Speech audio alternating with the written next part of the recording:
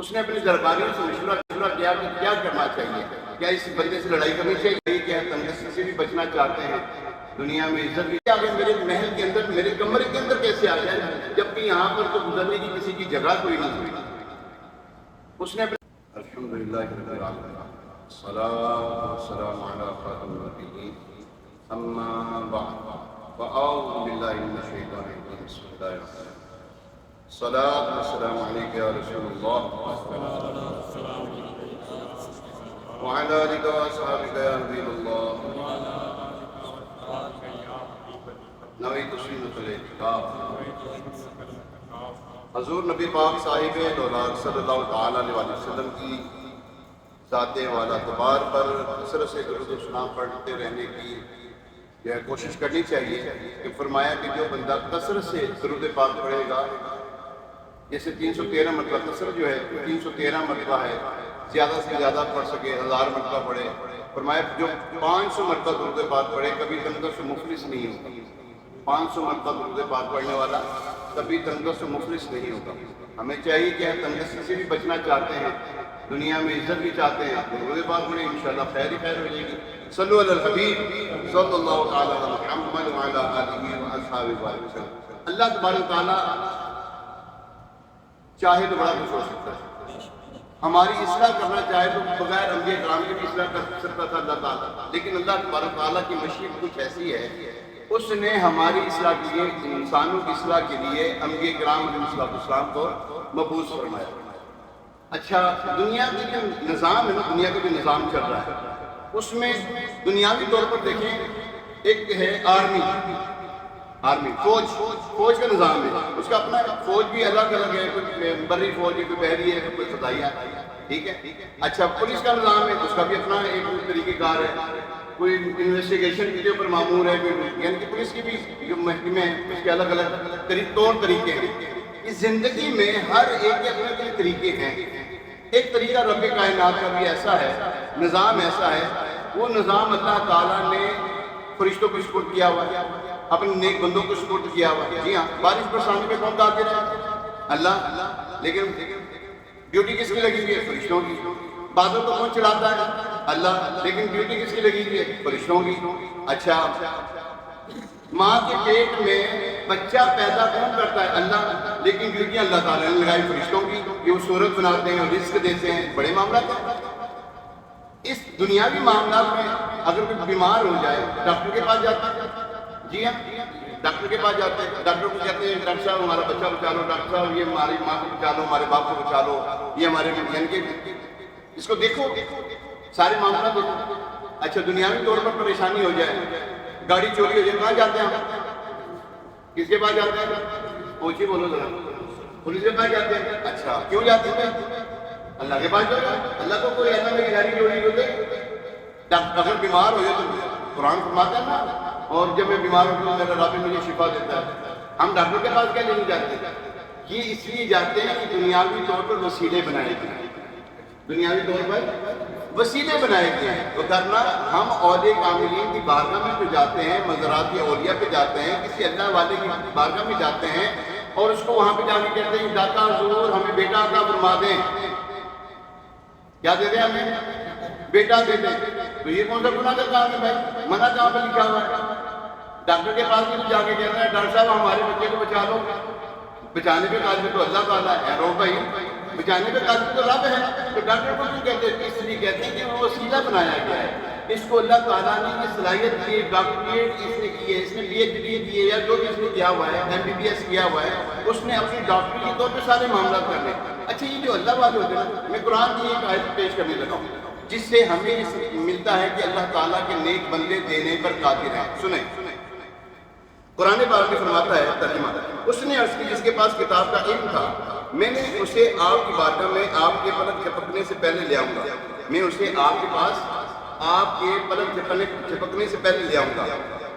چنانچہ پھر جب حضرت سلیمان علیہ السلام نے اس تخت کو اپنے پاس رکھا ہوا دیکھا تو فرمایا کہ میرے رب کے فضل سے ہے، تاکہ وہ مجھے آزمائے کہ میں شکر کرتا ہوں یا ناشکری، اور جو شکر کرے وہ اپنی ذات کے لیے ہی شکر کرتا ہے، اور جو ناشکری کرتا ہے تو میرا رب بے پرواہ ہے، کرم فرمانے والا ہے۔ یہ ہے قرآن کی ایک آیت مبارکہ۔ اب اس کے پیچھے شان نزول کیا ہے؟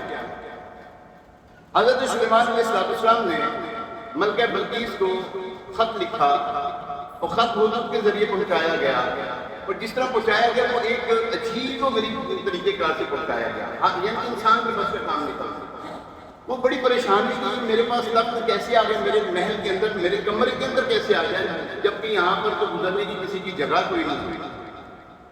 اس نے اپنے درباریوں سے مشورہ کیا کہ کیا کرنا چاہیے، کیا اس بندے سے لڑائی کرنی چاہیے؟ کہنے لگے لو تم لڑائی کی سوچ رہے ہو، جو تمہارے بیڈ کے اوپر ہے، جو تمہارے تخت کے اوپر ہے، تمہارے کمرے میں پہنچ سکتا ہے، تمہاری آرام گاہ تک پہنچ سکتا ہے، تم اس سے لڑائی کرو گے تو تم ہی پسپا ہو جاؤ گے، تم نقصان اٹھاؤ گے۔ تو ان کے درباریوں نے آپس میں مشیروں نے مشورہ کیا، کیونکہ یہ ملکہ تھی اور حکومت اسی کی تھی۔ اب اس نے کہا کہ اچھا میں وہاں پہ جاتی ہوں، وہاں پہ جا کر کے دیکھنے کیا معاملہ ہوگا۔ یہ اپنے وزیروں مشیروں کے ساتھ جاتی ہے، وہ تو انہیں خبر دے دی کہ وہ آ رہی ہے۔ تو اب حضرت سلیمان علیہ السلام کو یہ بھی بتایا گیا کہ اس کے پاس ایک بہت بڑا تخت ہے، بہت بڑا تخت، یعنی کہ تفسیر میں یوں لکھا ہوا ہے 80 گز چوڑا، 40 ہاتھ لمبا، یعنی کہ اتنا بڑا تخت ہے جس کو 40 سے زیادہ افراد اس کو اٹھاتے تھے، اس کے تخت کو۔ اب حضرت سلیمان علیہ السلام نے فرمایا میرا کون سا ایسا درباری جو اس کا تخت یہاں پہ لے آئے، میرا اس کا تخت جو ہے وہ یہاں پہ لے آئے۔ تو ایک جن کھڑا ہوا، عفریت جن کھڑا ہوا، اس نے کہا انا آتیکا بھی کہ میں لے کر آتا ہوں۔ فرمایا کتنی دیر میں؟